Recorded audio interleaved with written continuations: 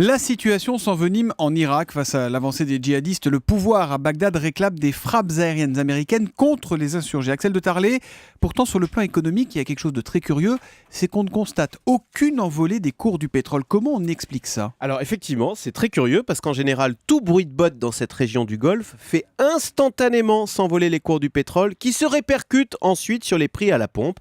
Et là, ce matin, alors c'est une bonne nouvelle, rien.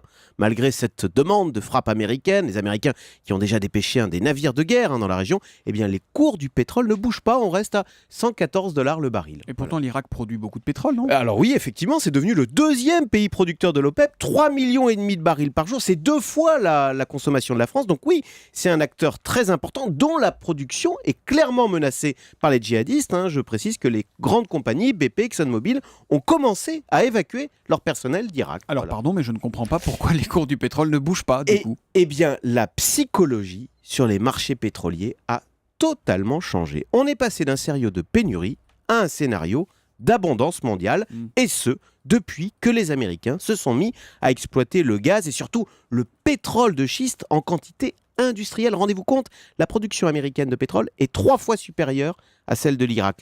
L'an dernier, les Américains ont produit n'avaient jamais autant de produits de pétrole et de gaz liquide depuis 44 ans. Jour après jour, les Américains réduisent leur dépendance énergétique qui est tombée à 40% et certains voient déjà l'Amérique devenir autosuffisante. Donc ça, bien sûr, ça change tout. Plus personne ne craint la grande pénurie de pétrole. Mais dites-moi, ça pourrait même avoir des conséquences sur le terrain géopolitique, tout ça, non ? Eh bien, bien sûr. Change la donne. Exactement. L'Amérique se sent de moins en moins dépendante du Golfe Persique, de moins en moins dépendante de l'Arabie Saoudite. Et vous remarquez d'ailleurs que dans ce conflit, les États-Unis sont en train de se rapprocher de l'Iran au détriment de l'Arabie Saoudite, qui est l'allié de toujours, mais qui, vous le savez, est sunnite, donc qui est dans le camp des insurgés. Donc vous avez raison, ce pétrole et ce gaz de schiste américain a d'énormes conséquences économiques, avec des prix du pétrole et donc des prix à la pompe qui restent sages, et d'énormes conséquences géopolitiques avec ce rapprochement historique entre Téhéran et Washington. Un petit mot, Axel de Tarlé, sur ce que vous nous révéliez hier. Il devait y avoir un vote d'amendement à l'Assemblée